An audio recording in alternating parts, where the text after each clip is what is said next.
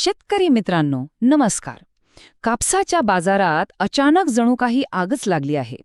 असं नेमकं काय घडलं की एका रात्रीत कापसाचे भाव तब्बल 1,000 रुपयांनी वाढले? यामागे काय कारणं आहेत आणि महत्त्वाचं म्हणजे या संधीचं सोनं कसं करायचं हेच आज आपण अगदी सोप्या भाषेत समजून घेणार आहोत.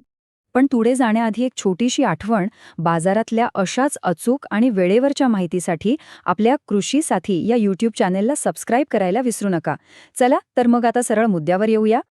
ठीक आहे, तर ही सगळी परिस्थिती व्यवस्थित समजून घेण्यासाठी आपण हे 4 महत्त्वाच्या भागांमध्ये बघणार आहोत.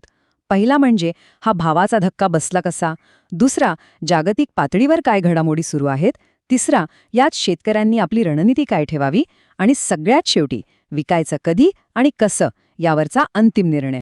चला तर मग सुरुवात करूया पहिल्या भागापासून, भावाचा धक्का. हे सगळं सुरू झालं ते सरकारच्या एका मोठ्या निर्णयामुळे, तोही नवीन वर्षाच्या पहिल्याच दिवशी. बघा, झालं असं, नवीन वर्षाचा पहिलाच दिवस होता, 1 जानेवारी. केंद्र सरकारने अचानक कापसाच्या आयातीवर तब्बल 11% शुल्क लावलं आणि याचा परिणाम तो अगदी तात्काळ दिसला. तुम्ही विचार करा, फक्त 9 दिवसांच्या आत कापसाचे भाव प्रति क्विंटल तब्बल 1,000 रुपयांनी वाढले. हो, 1,000 रुपये. ही वाढ खरोखरच आश्चर्यकारक आहे. आता इथे गंमत आहे. गावातल्या व्यापाऱ्यांकडे जे भाव मिळतायत, म्हणजे साधारण 7,500 ते 7,800 रुपये, त्याच्यापेक्षा जास्त भाव थेट औद्योगिक खरेदीदार म्हणजे गिरणीवाले देत आहेत, म्हणजे 8,000च्या पुढे. आणि ती जी पावती सगळीकडे व्हायरल झाली होती ना, 8,400 रुपयांची, ती कशाची होती? तर ती होती याच खास लांब धाग्याच्या कापसाची. म्हणजे सरळ आहे, ज्याचा कापूस चांगल्या प्रतीचा त्याला भावही तेवढाच चांगला मिळतोय. पण थांबा, गोष्ट फक्त आपल्या देशापुरती मर्यादित नाहीये. आंतरराष्ट्रीय बाजारातही बरीच उलथापालथ सुरू आहे आणि त्याचा थेट परिणाम आपल्या भावांवर होतोय. हा एक जागतिक बुद्धिबळाचा पट आहे. यात सगळ्यात पहिला मुद्दा आहे अमेरिकेचा.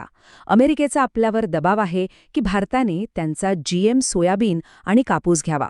आता या कराराचं पुढे काय होणार याकडे सगळ्यांचं लक्ष लागलंय. पण चांगली बातमी ही आहे की सध्या तरी आपलं सरकार अमेरिकेच्या दबावापुढे झुकताना दिसत नाहीये. त्यामुळे ते 11% आयात शुल्क कायम राहण्याचीच शक्यता जास्त आहे.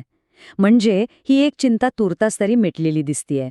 आता दुसरा आणि खूप महत्त्वाचा देश आहे तो म्हणजे बांगलादेश. आपल्या एकूण कापूस निर्यातीपैकी तब्बल 45% कापूस एकटा बांगलादेश खरेदी करतो. विचार करा किती मोठा वाटा आहे हा. त्यामुळे तिथे काही झालं की आपल्या बाजारात लगेच फरक पडतो. आणि झालंय तसं. बांगलादेशने भारतीय कापसावर 20% कर लावण्याचा विचार केला होता. पण त्यांच्याच देशातल्या कापड उद्योगांनी याला कडाडून विरोध केला, कारण त्यांना जागतिक स्पर्धेत टिकायचंय. त्यामुळे हा धोकाही सध्या तरी टळलेला दिसतोय. बरं, मग आता हे सगळं जर-तरचं राजकारण बघता शेतकऱ्यांनी काय करायचं? या अनिश्चिततेचं संधीत रूपांतर कसं करायचं? आपली नेमकी रणनीती काय असली पाहिजे? बघा, 3 मुख्य गोष्टी आहेत ज्या बाजारात कधीही बदल घडू शकतात. 1. सरकार आपलं आयात शुल्काचं धोरण बदलेल का? दुसरं, अमेरिका किंवा बांगलादेशच्या बाबतीत काही नवीन घडामोड होईल का?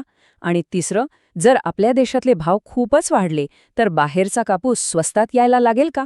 हे धोके आपण लक्षात ठेवायलाच हवेत. पण ह्या सगळ्या धोक्यांमध्ये एक मोठी संधी लपलेली आहे, ती म्हणजे बाजारातली आवक. सध्या शेतकऱ्यांनी कापूस विकायला काढलेला नाहीये, त्यामुळे पुरवठा अगदीच कमी आहे. आणि दुसरीकडे उद्योगांची गरज म्हणजे मागणी खूप जास्त आहे. आणि अर्थशास्त्राचा साधा नियम आहे, जेव्हा वस्तू कमी असते आणि घेणारे जास्त असतात तेव्हा त्या वस्तूची किंमत वाढतेच वाढते. आणि नेमकं तेच आता कापसाच्या बाबतीत घडतंय. तर मग करायचं काय? 3 सोप्या पण महत्त्वाच्या पायऱ्या आहेत. पहिली, लगेचच आपला कापूस भारतीय कापूस महामंडळ म्हणजे CCIकडे नोंदवून घ्या. याने एक आधारभूत किमतीची हमी मिळते.